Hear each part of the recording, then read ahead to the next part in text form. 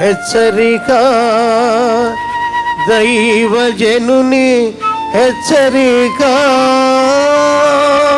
ఈ రోజున చాలా మంది ప్రార్థన చేసుకుంటూ నేర్చుకున్నామంటున్నారే కానీ హృదయం మారలేదండి.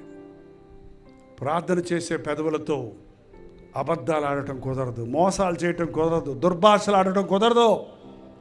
నీ హృదయంలో ప్రభు ఉన్నప్పుడు నీ జీవితంలో మార్పు ఉంటుంది. నీ జీవితంలో హృదయంలో ప్రభువు లేకపోతే అక్కడ దురాత్మ ఉంటాడు. నీ హృదయంలో దేవుడైనా ఉండాలి, దెయ్యమైనా ఉండాలి. ఎంతమంది ధైర్యంగా ఈ రాత్రి చెప్పగలరు నా హృదయంలో దేవుడు ప్రభు ఉన్నాడని? అనుమానంగా ఉందా? డే డ్యూటీ ఏమో సైతానికి ప్రభా, నైట్ డ్యూటీ నువ్వు రానైనా భయం వేస్తుంది. రాత్రులు ప్రభు ఉంటాడు, పగలేమో దెయ్యం ఉంటుంది అంటారా? కుదరదు. ఉంటే వెచ్చగా ఉండు, లేకపోతే చల్లగా ఉండు. నువ్వు వెచ్చకుంటే నేను ఉమ్మి వేస్తానన్నాడు. ప్రభువును గురించి విన్నప్పుడు వెంటనే మీరు మోకరించి ప్రార్థించడం నేర్చుకోండి. ప్రభువు రమ్మని పిలిచినప్పుడు వెంటనే తడపటాయించకుండా ఆయన సన్నిధికి రండి. ప్రభువు సన్నిధిలో విడుదల దొరుకుతుందని నమ్మిక వచ్చినప్పుడు మోకరించి ప్రభువుని అడగండి. ఏదైనా అడగండి. నాకు అసాధ్యమైంది ఏది లేదు. ఏంటంటే మనం ప్రార్థన చేసేటప్పుడు పెదాలతో కాదు ప్రార్థన చేసేది, హృదయాల్లో నుంచి, హృదయాంతరేంద్రియాల్లో నుంచి నువ్వు మొరపెట్టాలి. పరిసయుడు వెళ్ళాడు, ప్రార్థన చేస్తున్నాడు, దేవా నేను పాపల వల్ల లేను, శుక్ర వల్ల లేను, వాళ్ళ వల్ల వీళ్ళలాగా లేను, ఇడుగుడుగుడుగుడు ఈ శుక్రలాగా నేను లేను, నేను దశభాగా నీకు ఇస్తున్నాను, వారానికి 2 సార్లు ఉపవాసం ఉంటున్నాను, నేను చాలా నీతిమంతుడని ప్రార్థన చేస్తే దేవుడు ఆ ప్రార్థన వినలేదంట. ఇంకొకడు వెళ్ళాడంట, గుండె బాదుకుంటూ ఆకాశం వైపు కన్నులెత్తగైన ధైర్యం చాలక రొమ్ము బాదుకుంటూ, అయ్యా పాపిరని నన్ను కరుణించు. ఒకే ప్రార్థన, ఒకే మాట. అతడు నీతిమంతుడిగా తీర్చబడి ఇంటికి వెళ్ళాడని ఉందండి బైబిల్లో. నీకు ప్రార్థన రాకపోతే ఒకే మాట, నన్ను కరుణించయ్యా, నన్ను క్షమించయ్యా, నన్ను క్షమించయ్యా, నన్ను మార్చయ్యా, నా బాధ తీసేయి, నా వ్యాధి తీసేయి, నా సమస్యలు తీసేయి, నా బ్రతుకులో ఆశీర్వాదం లేదు, నాకు ఉద్యోగం లేదు, నా బిడ్డలు పాడైపోతున్నారు, నా కుటుంబం కృంగిపోతుంది, నాశనం అయిపోతుంది, నా సహాయం చేయ్యా, నా చేతి పనులు దీవించు, నా పంట పనులు దీవించు, నా వృత్తిని ఆశీర్వదించు అని అడిగి చూడండి. సంవత్సరాల తరబడి నువ్వు చేసిన ఉద్యోగాల వల్ల జరగనటువంటి మేలు, ఎంత కాలం ఎంత ప్రయాసపడినా చాలని జీతంతో సంపాదించిందంతా చిల్లి సంచిలో వేసినట్టుగా నాశనం అయిపోతుందేమో, వృధా అయిపోతుందేమో. నీ బ్రతుకును చూచి, నీ బాధను చూసి, నీ శ్రమను చూసి, నీ వంకరతనమును చూచి, నీ ఆవేదన చూసి పైనున్న ప్రభు ఎవరినో ప్రేరేపించి ఎన్నో పోరాటాల మధ్యలో ఈ సభ ఏర్పాటు చేయడానికి, ఈ సభలో నీ ఉండునట్లుగా చేయడానికి పరిశుద్ధాత్ముడు సహాయం చేశాడు. ఈరోజు నిన్ను ముట్టాలని 12 సంవత్సరాలుగా నీ బతుకులో రాని మార్పు, 18 సంవత్సరాలుగా నీ జీవితంలో ఆగిపోయిన ఆశీర్వాదాలు, నీ బ్రతుకులో ఎంతో కాలం నిందలు అవమానాలతో కష్టముతో కన్నీరుతో వృధాపరుచుకున్న సమయాలలో ఈరోజు దేవుడు అద్భుతం చేయాలని ఆశపడుతున్నాడు. నమ్ముతున్నావా? విశ్వసిస్తున్నావా? రమ్మని పిలిచినప్పుడు వచ్చిందామె. ప్రభు పిలుస్తున్నాడండి, నద్ది రండి, నా ఎద్దుకు రండి. ఏ కొండకో వెళ్ళక్కర్లేదు, ఏ సులువు దగ్గరికి వెళ్ళక్కర్లేదు.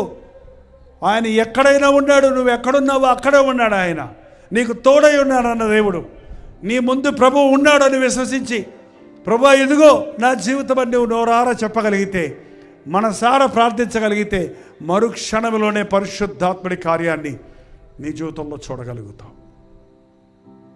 ఈరోజున ఒకటే మాట, ఖచ్చితంగా మీరు ఒప్పుకున్నా ఒప్పుకోకపోయినా మీరేంటండి, అందరూ ప్రతి ఒక్కరు ఏ భేదము లేదు, అందరూ పాపము చేసి దేవుడు అనుగ్రహించి మహిమను పోగొట్టుకున్నారు. కాబట్టి రోగాలతో, వ్యాధులతో, సమాధానం లేని పరిస్థితుల్లో, దురభ్యాసాలకు బానిసలై, సాతానుకు బానిసలై, లోకానికి బానిసలై జీవితంలో నెమ్మది లేక, జీవితంలో తృప్తి లేక, విసిగిపోయి కృంగిపోయిన జీవితాలే ఉన్నారు. ఎందుకయ్యా బతుకుతున్నామంటే చావలేక బతుకుతున్నాను అనేవారే 100% ఉన్నారండి. యేసయ్య నీ జీవితానికి ఒక గమ్యం చూపిస్తానంటున్నాడు. నువ్వు బతకాలి, ఆయన నామాన్ని ప్రకటించడానికి బతకాలి, ఆయన శక్తిని ప్రకటించడానికి బతకాలి, ఆయన సాక్షిగా ఉండడానికి బతకాలి. మనుషులతో చెప్పుకున్నావు నీ బాధ, డాక్టర్లతో చెప్పుకున్నావు నీ బాధ, కోర్టుల మీద తిరిగావు నీ కేసు కోసం. ఏ న్యాయాధిపతి నీకు న్యాయం చేయటం లేదు, నీ పక్షంలో ఉండి ఎవరు నీకు వాదించటం లేదు. ప్రభువే నీ పక్షంలో ఉండడానికి, నీకు మేలు చేయడానికి, నీ మొరలు ఆలకించి నీకు విడుదల ఇవ్వడానికి మన మధ్యన ఉన్నాడు. ప్రార్థన. పరిశుద్ధుడా, ప్రేమగల్ల తండ్రి, ఒక్కసారి నీ బిడ్డల మొరల ఆలకించిన ఆయన, నీ బిడ్డల మొరల ఆలకించిన ఆయన, ఈ రోజున యేసయ్య దేవుని నాకు కావాలని, నా జీవితంలో వంకరతనాలు పోవాలని, నా రోగాల నుండి నా స్వస్థత కలగాలని, నేను గర్భఫలం పొందాలని, నేను దురభ్యాసాన్ని నుంచి విడుదల పొందాలని, నా జీవిత గమ్యం నేను ఎరగాలని, ఏ ఆశలతో, ఏ కోరికలతో, ఏ రీతిగా నీకు ఎవరెవరు ఏ మూల నుండి ఏ స్థలం నుండి నీకు మొరపెట్టుకుంటున్నారో ప్రతి ఒక్కరిని దర్శించయ్యా, ప్రతి ఒక్కరిని దర్శించయ్యా. ఆ పాత బతుకు మళ్ళీ బతకూడదయ్యా. ఆ రోత జీవితాలు మాకు వద్దయ్యా. అవే కష్టాలు, అవే కన్నీరు, అవే రోగాలు, అవే ఒక్కరితనాలు వద్దు నాయనా. నూతన సృష్టిగా మమ్మల్ని మార్చాయా. నా యేసయ్య నన్ను మార్చాడు చూడు అని మేము రోషంగా సాక్ష్యం ఇచ్చినట్లుగా పరిశుద్ధ జీవితాలు బ్రతకడానికి సహాయం చేయి తండ్రి. నీ యేసు ప్రేమను ప్రకటిస్తాను, నా యేసు ప్రేమను ప్రకటిస్తాననే మాట మా హృదయాల్లో నాటుకోవటానికి ప్రతి ఒక్కరిని దీవించి పంపించమని యేసు క్రీస్తు నామములో అడుగుచున్నాను తండ్రి. మన తండ్రి అయిన దేవుని యొక్క ప్రేమయు, కుమారుడైన క్రీస్తు యొక్క కృపయు, ఆదరణకర్త అయిన పరిశుద్ధాత్మ యొక్క సహవాసమును కూడి వచ్చి ఆయన సన్నిధిలో చేరిన మనందరికీ ఇప్పుడును సదాకాలమును తోడై ఉండును గాక. ఆమేన్, ఆమేన్, ఆమేన్.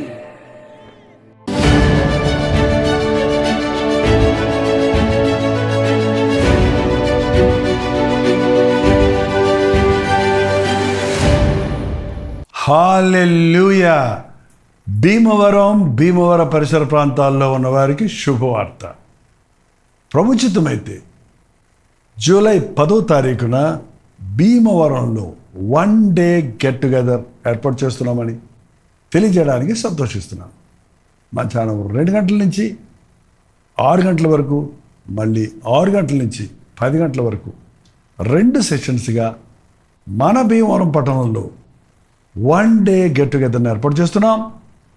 మీరు ఎంతో ఆసక్తి కలిగిన వారు, భీమవరం చుట్టుపక్కల ఉన్న గ్రామాలలో ఉన్న మీరందరూ కూడా వస్తారని, మనందరం కలిసి దేవుణ్ణి స్తుతించి ఆరాధించడానికి, అంతేకాకుండా మిమ్మల్ని వ్యక్తిగతంగా చూసి మీకోసం ప్రార్థించడానికి అవకాశం కలిగి చేయండి.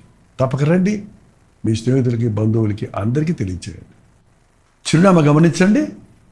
రూపాంతర లూథరన్ దేవాలయం, మెయిన్ రోడ్, ప్రకాశం చౌక్, భీమవరం. ఇంకా విషయమే మీకు వివరాలు కావాలంటే 8939393939 నెంబర్కి కానీ, లేక 954041 నెంబర్కి ఒక వాట్సాప్ కానీ చేయండి. మరిన్ని వివరాలు మీకు తెలియజేయబడతాయి. తప్పక వస్తారు కదా. మీ స్నేహితుల్ని, బంధువుల్ని కూడా వెంట పెట్టుకొని రండి.